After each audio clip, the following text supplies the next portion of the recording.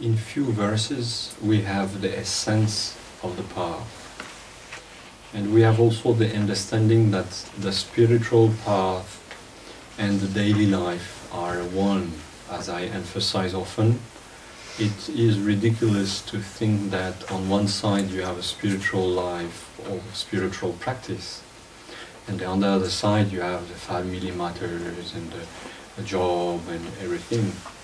It's one mind, one consciousness, which at some moment perceive more the aspect of this working life and working situation, and at some moment place itself in circumstances with incense, with little bell, with little tankas, and think, oh no, this is a spiritual life.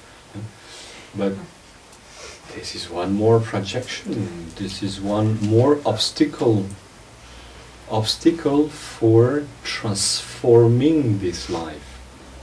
I don't know for all of you, but my main interest in life is not to become an erudite in Buddhist texts, or in tanka painting, or in reciting text by heart, but the main motivation is to transform one's life from what it is as a machine creating constantly the cause and the bounds which maintain us in this constant wheel of conditioned rebirth with all its suffering, and to transform that into an awakened mind,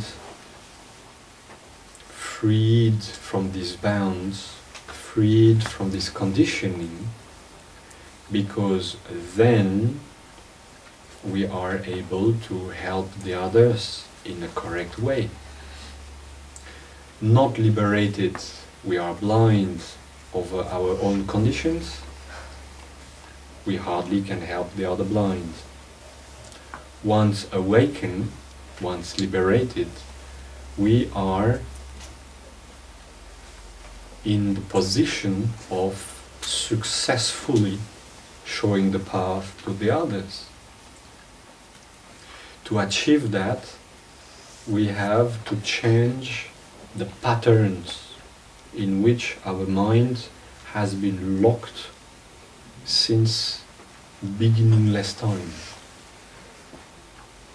We are constantly in this mechanism of creating unconsciously. We have to regain the freedom of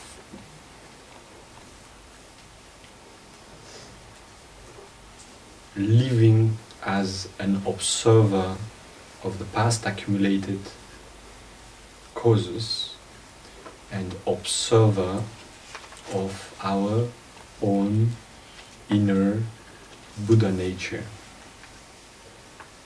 which is already clear and all-knowing. We have to stop, definitely, not the text now, but because I see the translator say, I'm joking.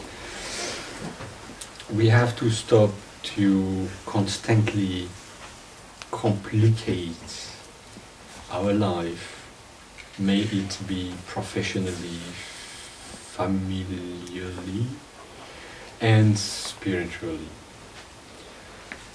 Not to transform, or to do not transform a spiritual path into what was beautifully described as spiritual materialism. This is possible by a correct understanding of the true nature of the reality we live in, the true nature of our mind,